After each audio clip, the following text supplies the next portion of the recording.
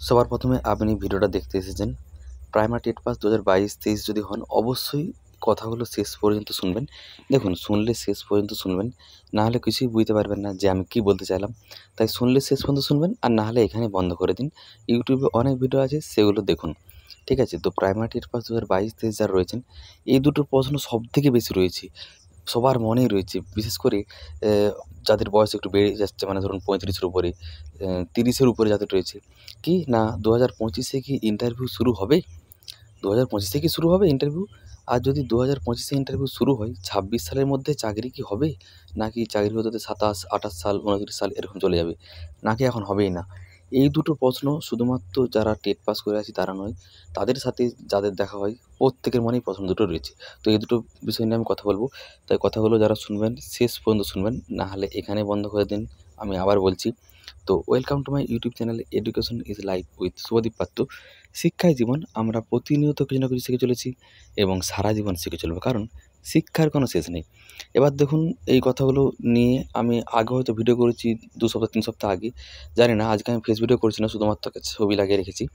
তো যাই হোক, এই দুটো বিষয় শুধুমাত্র আমাদের যারা টেট পাস করে আছে আমরা, আমাদের মনে তো রয়েছেই।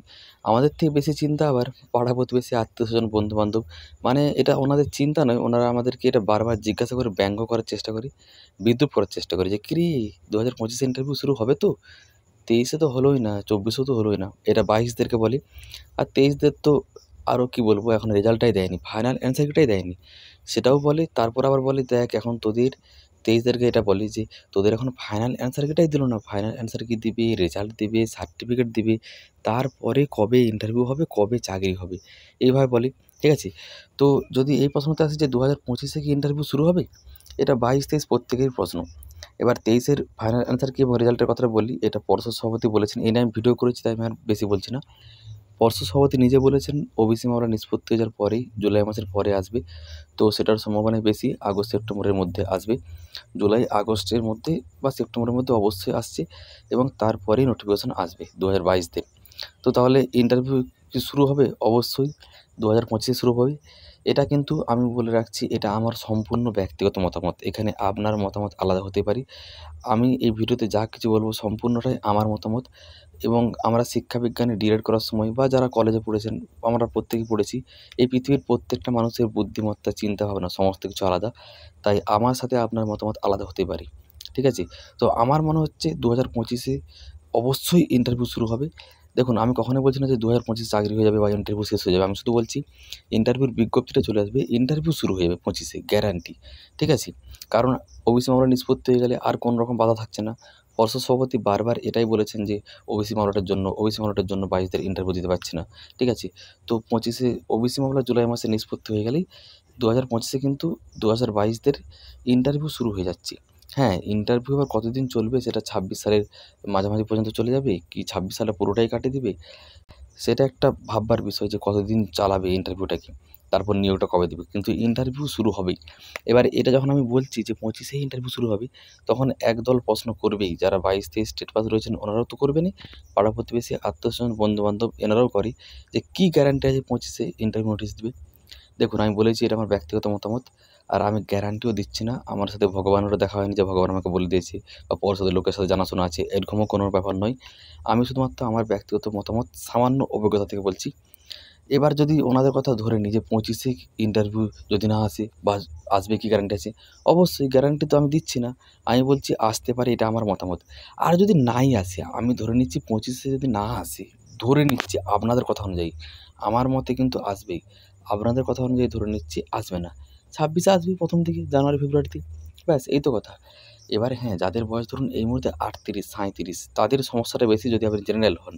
এসসি, এসটি হলেও 40-এর মধ্যে বয়স থাকলে খুব একটা অসুবিধা নেই। কারণ এই মুহূর্তে তো আপনি অবশ্যই অন্য কিছু করছেন। নিশ্চয়ই প্রাইমারি চাকরির আশায় বসে, শুধুমাত্র বসে নেই যে কবে আসবে তারপর আমি চাকরিটা করব। এই মুহূর্তে আমাদেরকে বসে থাকা উচিত নয়। অন্য কিছু আমরা করবই সৎভাবে টাকা রোজগারের জন্য। এবার যাদের 30-এর মধ্যে বয়স, 35-এর মধ্যে বয়স, সে আপনি জেনারেল হন, এসসি, এসটি, ওবিসি হন, আপনাকে অবশ্যই ধৈর্য ধরে থাকতে হবে। এবং যদি 25-এ নাও আসে, আপনাদের সমালোচকদের, পাড়া প্রতিবেশী, বন্ধু-বান্ধবদের কথা অনুযায়ী 26 আসলে 26-এ দিতে হবে ইন্টারভিউ, তাতে কী হয়েছে? একদিক দিয়ে যেমন একটা খারাপ দিক যে দেরি হচ্ছে, কিন্তু আরেকটা দিক দিয়ে ভালো দিক যে আপনি আরও সময় পেয়ে যাচ্ছেন 4-5 মাস প্রস্তুতি নেওয়ার জন্য। এটা কিন্তু অবশ্যই পজিটিভ দিক। যদি সত্যি এরকম ঘটে, আমরা সেক্ষেত্রে দুঃখ পেয়ে তো কোনো লাভ নেই। দুঃখ পেলে তো এমন না তাড়াতাড়ি নোটিশ চলে আসবে। বরং আমরা মানসিকভাবে শান্তি থাকতে পারবো না। দেখুন, আপনি চিন্তা যদি করেন বা 25 থেকে আসবে, যদি না আসে এরকম চিন্তা করেন, এমন তো নয় যে তাড়াতাড়ি নোটিশটা দিয়ে দিবে। কবে দিবে এটা আমাদের হাতে নেই। 25এই দিবে ওবিসি মামলার নিষ্পত্তি হয়ে যাওয়ার পর, এটা ভেবে আমরা চলবো পজিটিভ চিন্তা করে। এটা আমি প্রায় অনেক ভিডিওতে বলেছি, 6-7টা ভিডিওতে। ঠিক আছে? কি আর বলবো?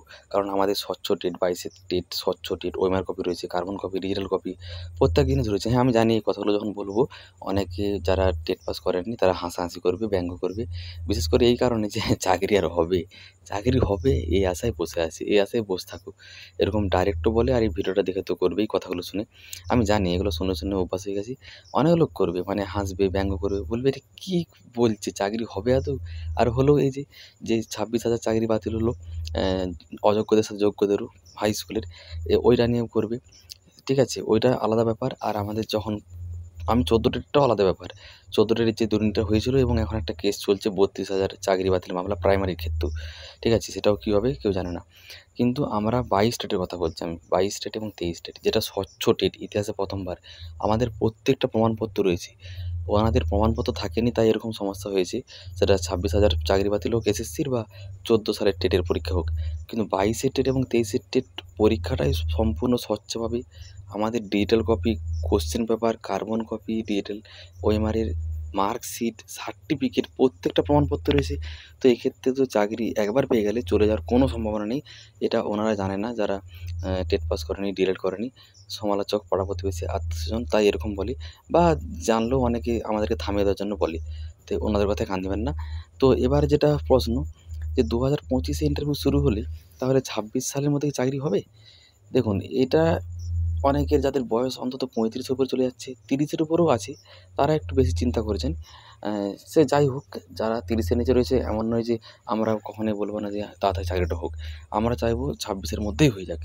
কিন্তু যদি পর্ষদ ইন্টারভিউটা 2025-এ, ধরুন জুলাই আগস্টে নোটিফিকেশন আসলো, আগস্ট সেপ্টেম্বরে। এবার সেটাকে ইন্টারভিউটা 6 মাস, 7 মাস, 8 মাস পর্যন্ত টেনে নিয়ে গেল। তো সেক্ষেত্রে যদি আবার এপিসি ভবন হয়, আচার্য প্রফুল্লচন্দ্র ভবন, তাহলে তো অনেক দিন সময় লাগবে সবার যদি হয়।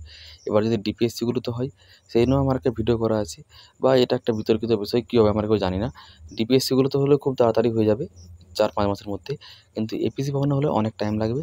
সেক্ষেত্রে 26 সালের মধ্যে যদি সরকার চায় খুব তাড়াতাড়ি নিয়োগ দিয়ে দিবে, তাহলে হয়ে যেতে পারে অবশ্যই, নভেম্বর ডিসেম্বরের মধ্যে হয়ে যাবে।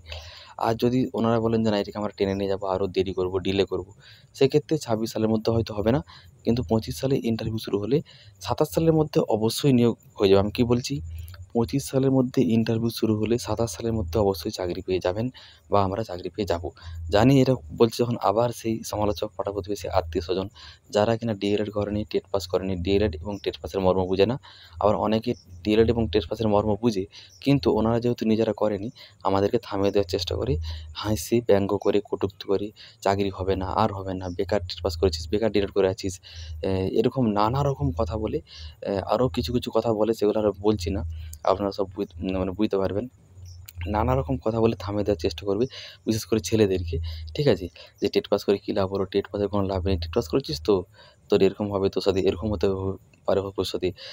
আচ্ছা, যে কথাটা বেশি বলে, বিশেষ করে অবিবাহিত ছেলেদের বলেই দিই, যদিও এটা ভিডিও টপিক নয়। কি না, টেট পাস করে আছিস? কোনো মেয়ে এবং কোনো মেয়ের বাবাই বিয়ে দিবে না।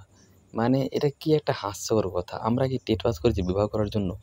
বিবাহ জীবনে একটা অবশ্যই সত্যি গুরুত্বপূর্ণ ঘটনা, কিন্তু এটা একদম এতটাও কঠিন জিনিস নয় যে আমরা টেট পাস করে আছি।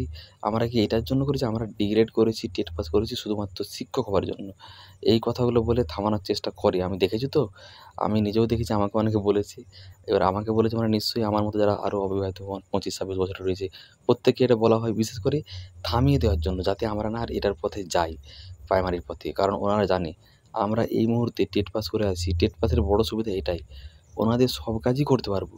ওনারা যে কাজগুলো করেছেন, বেসরকারি সংস্থায় হোক বা যে কোনো কাজ, সৎ কাজ করে টাকা রোজগার করতে পারবো। এবং প্রাইমারি টেটে ইন্টারভিউ দিলে সেখানেও চাকরি পেয়ে যাবো, ইন্টারভিউ দিয়ে ভালো ফল করতে পারলে। ঠিক আছে? কিন্তু ওনারা ডিএলএড করেনি, টেট পাস করেনি।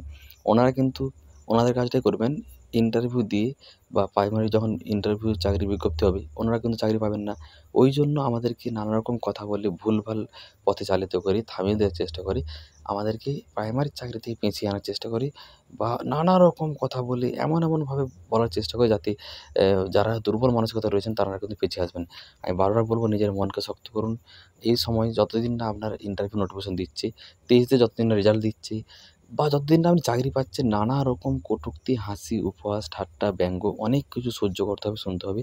এই সমস্ত কিছু যদি আপনি সহ্য করতে পারেন, শুনতে পারেন এবং লক্ষ্য অচল থাকতে পারেন, এই মুহূর্তে আপনি অন্য কিছু করুন অবশ্যই টাকা রোজগারের জন্য বা পড়াশোনা করুন, অন্যান্য পরীক্ষার প্রস্তুতির জন্য। কিন্তু ওনাদের কথাগুলো এই মুহূর্তে সহ্য করতে হবেই। করেই যদি আপনি লক্ষ্য অচল থাকতে পারেন, তবেই ১ বছর পরেই হোক, যদি ২ বছর পরেও হয়, আপনি অবশ্যই চাকরি পাবেন। আর ২৬ সালের মধ্যে যদি সরকার খুব তাড়াতাড়ি চায়, অবশ্যই ২৭ সালের মধ্যে চাকরি হয়ে যেতে পারে। যদি দেরি করে সেক্ষেত্রে ২৭ সালকে যাবে। ব্যাস এই তো ব্যাপার।